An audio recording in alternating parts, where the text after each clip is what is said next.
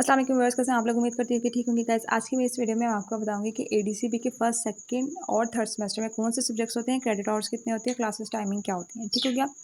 अच्छा, सबसे पहले एडीसीबी जो फर्स्ट सेमेस्टर है उसमें आपकी जो है 3 सब्जेक्ट्स होते हैं। उसमें साइकोपैथोलॉजी होता है, ऑर्थोपेडिक इंटरवेंशन और क्लिनिकल असेसमेंट थ्योरी होता है। ठीक है, 3-3 क्रेडिट आवर्स के होते हैं। इसका मतलब है 3-3 घंटे की क्लास होगी। एक फ्राइडे को क्लास होती है और सैटरडे को भी क्लास होती है। ये डिपेंड करता है आपकी जो भी स्केड्यूल बना है उसके हिसाब से। ठीक है, एडीसीबी सेकंड सेमेस्टर है, उसमें आपकी प्रोफेशनल एथिक्स, न्यूरो, साइकोफार्मा और क्लिनिकल प्लेसमेंट होती है और ये सब 2-2 घंटे के होते हैं और क्लिनिकल प्लेसमेंट 3 घंटे की होती है। यानी कि न्यूरो की 2 घंटे की क्लास होगी, साइकोफार्मा की 2 घंटे की क्लास होगी, क्लिनिकल प्लेसमेंट की 3 घंटे की क्लास होगी।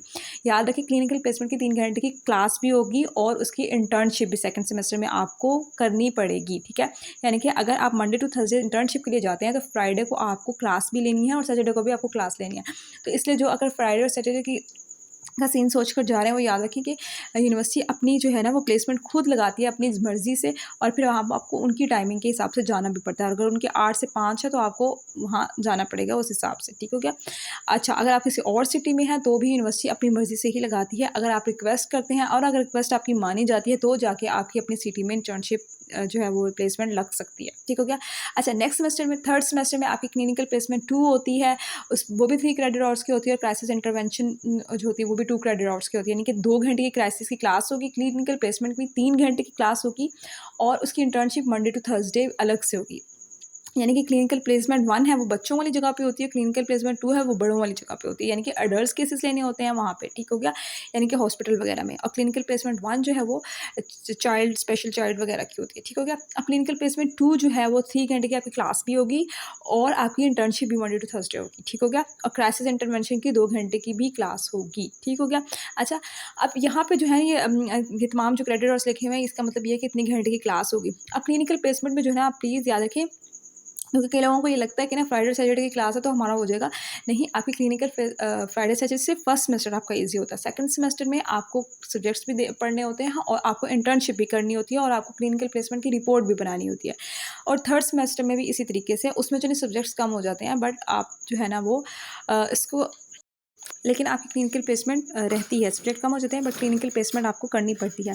तो क्लिनिकल प्लेसमेंट आपकी मंडे टू थर्सडे होती है। ठीक है, अब फ्राइडे को आपकी जो क्लास होगी और सैटरडे को भी आपकी क्लास होगी। ये भी हो सकता है कि आपकी फ्राइडे को भी प्लेसमेंट हो बट जो है ना वो आपको क्लास लेने के लिए जाना पड़े।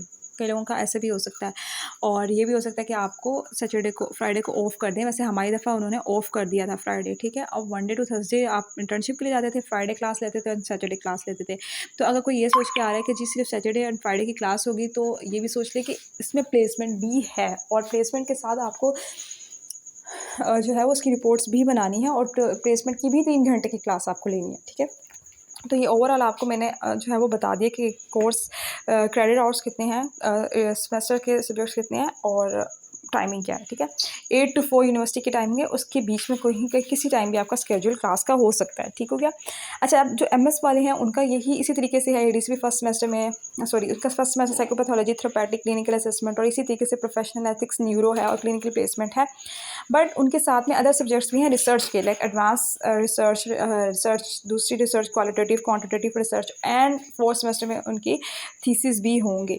तो अगर आप जो है ना वो एमएस के स्टूडेंट हैं तो आपको आपके सब्जेक्ट्स भी बढ़ जाएंगे और आपकी थीसिस भी होगी। ये अलग बात है कि आपकी डिग्री जो है वो डिग्री ही होगी, डिप्लोमा नहीं होगा, बट आपके सब्जेक्ट्स भी बढ़ जाएंगे और इसी हिसाब से आपकी फ़ीस भी होगी। जैसे कि अब यहाँ पे क्लिनिकल प्लेसमेंट 3 क्रेडिट आवर्स हैं, क्राइसिस इंटरवेंशन के 2 क्रेडिट आवर्स हैं, तो ये टोटल 5 क्रेडिट आवर्स हो गए। ठीक है, और अगर एक क्रेडिट आवर के 7,000 है तो वो उस हिसाब से आपकी फ़ीस होगी। मैं सिर्फ एग्जांपल दे रही हूँ, 5 7 35। ठीक है, तो इस तरीके से जो है ना वो आपकी जो है ना वो कोर्स कंटेंट और ऑल दैट स्टफ इन्होंने इस तरीके से बनाया। तो एमएस के अलग है और एडीसीपी का अलग है। ठीक हो गया। तो जो एमएस वाले हैं वो अपना देख सकते हैं और एडीसीपी वाले अपना देख सकते हैं। ठीक हो गया। तो उम्मीद करती हूँ कि गाइस आपको मेरी ये वीडियो पसंद आई होगी। मिलती हूँ अपनी नेक्स्ट वीडियो में। तब तक के लिए अल्लाह हाफिज़, अपना ध्यान रखें। शुक्रिया।